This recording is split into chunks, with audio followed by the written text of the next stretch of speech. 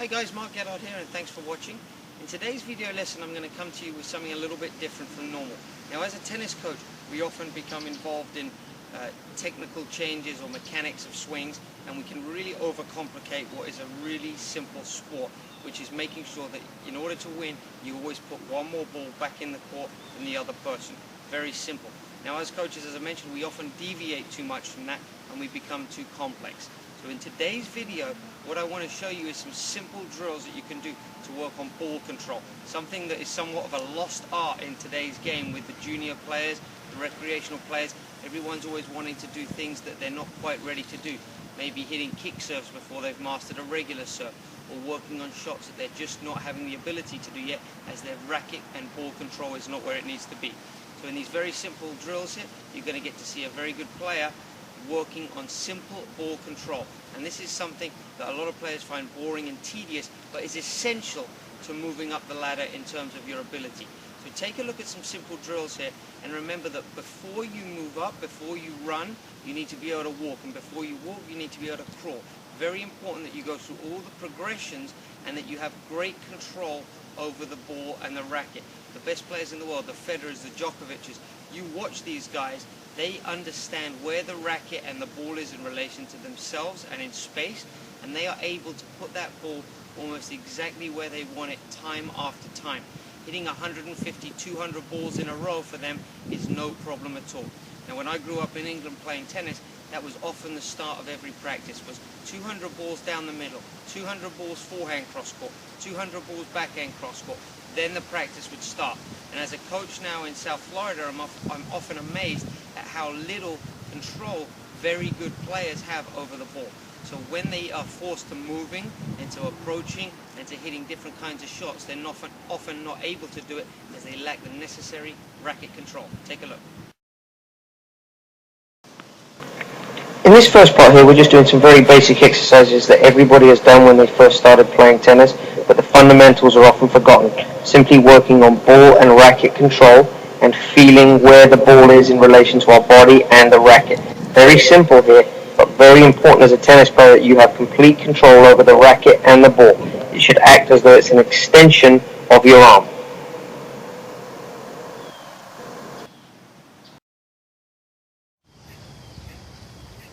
A very simple test that I have some of my players do is simply just feeding the ball to targets. I've set up 2 targets in each corner here on the forehand and backhand side, and I've simply instructed my player to hit the targets with a feed. As basic and as simple as this sounds, you'll be surprised how many people cannot do this.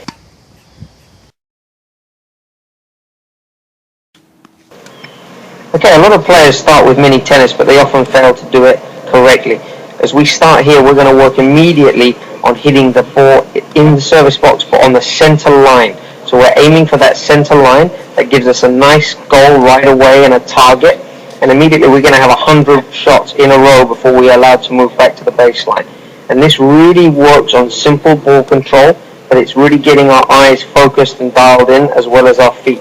And what's important here is that the feet are working fast and the lower body is engaged, but the upper body is staying very smooth and very controlled, and we're working as a team here to get 100 balls in a row before we progress back to the baseline.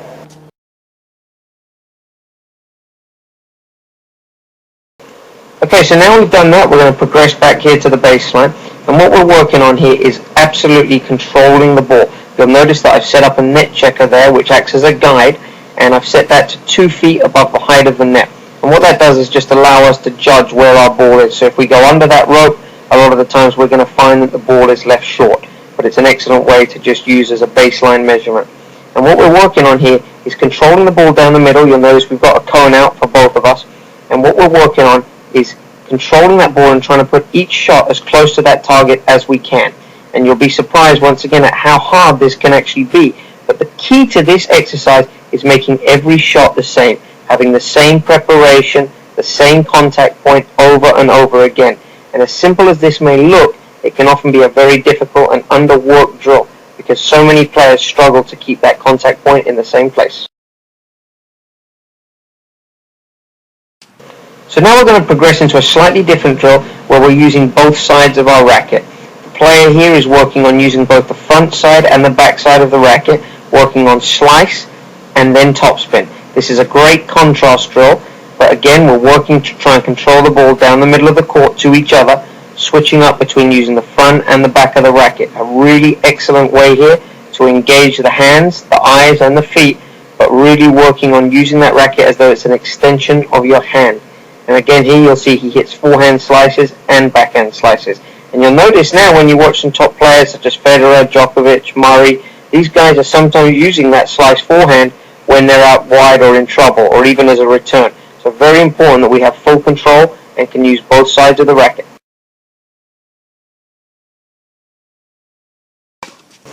Now I can't promise that this video is going to be the most exciting or life-changing one you've ever seen, but it does try to illustrate some very simple points here that tennis players need to be aware of. In tennis, to be a successful player at all levels, we need to have control over the ball, the racket and our own body.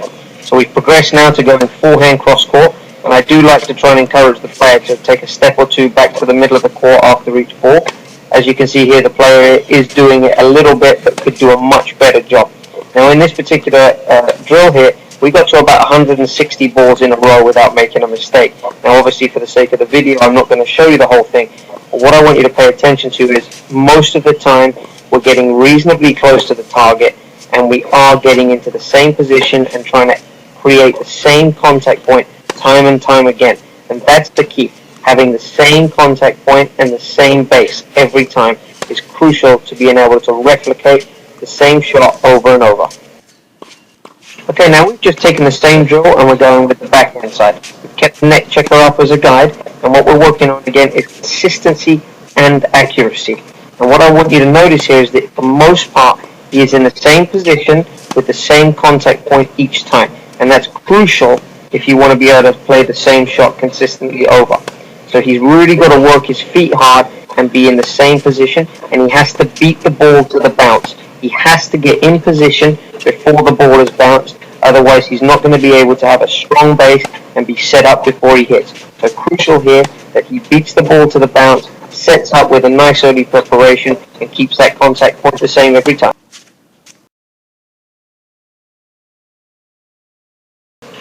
Okay, so now we're going to work on slice using the opposite side of the racket.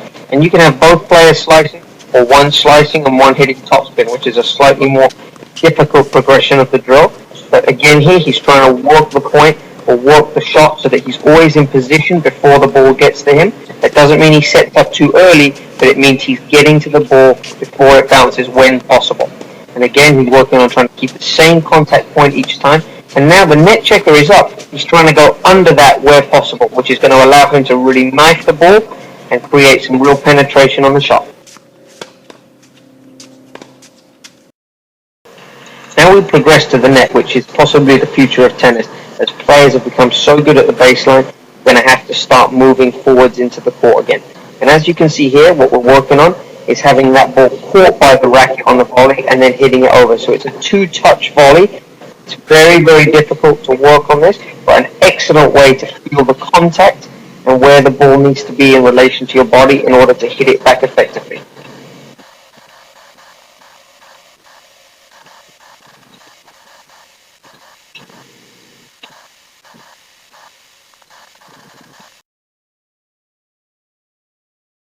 In this final progression, we're going to work on a very advanced drill where my player is working from the baseline but is hitting a mixture of ground strokes and volleys. Very difficult drill here to hit a volley from the baseline. It requires excellent racket head control and timing. And as you can see here, he's hitting with different kinds of shots, so a volley and then a ground stroke. He's having to really pay attention with his eyes and move his feet exceptionally fast to be able to deal with these very tough shots. But this is working both topspin and the volley, and occasionally the slice. He's having to go forwards and backwards. He's working on taking the ball in front every time and trying to keep that contact point always the same. An excellent drill to work on feel and timing.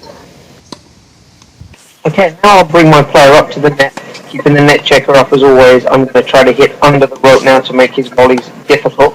But what you'll notice is there is a little bit less control at the net. We have the cone out for target.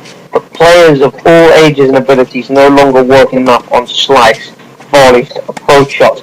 All these aspects of the game have been neglected somewhat because it's become such a baseline dominant game. When you look back maybe 15, 20 years ago with the likes of Pete Sampras, Patrick Rafter, Stefan Edberg. These guys were known to have such fantastic feel because they were able to do a little bit of everything. Whereas nowadays players have become so dominant from the back that they have lost some feel and control of the racket in other parts of the court. So very important that we keep working on this as players and coaches. Thanks very much for watching today's video. I hope you enjoyed it. And please remember that when practicing, work on simple ball control. As tedious or boring as it may seem, it is essential to being successful on the tennis court and getting more wins. When you're working in your practices with your coach, hitting partner, or just training with friends, work on ball cooperation.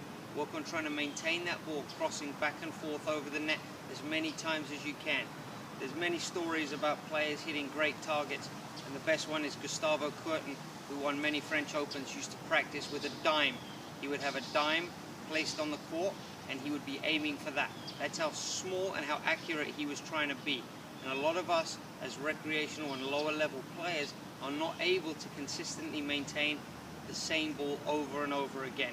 We look to do more complex things, and this is a big mistake in tennis at the moment. And I see this as a coach in South Florida. A lot of junior players lack these basic skills, and as good as they look, as hard as they can hit the ball, as much spin as they can create, they are unable to stay in points long enough to beat the better players. Thanks again for watching, and good luck.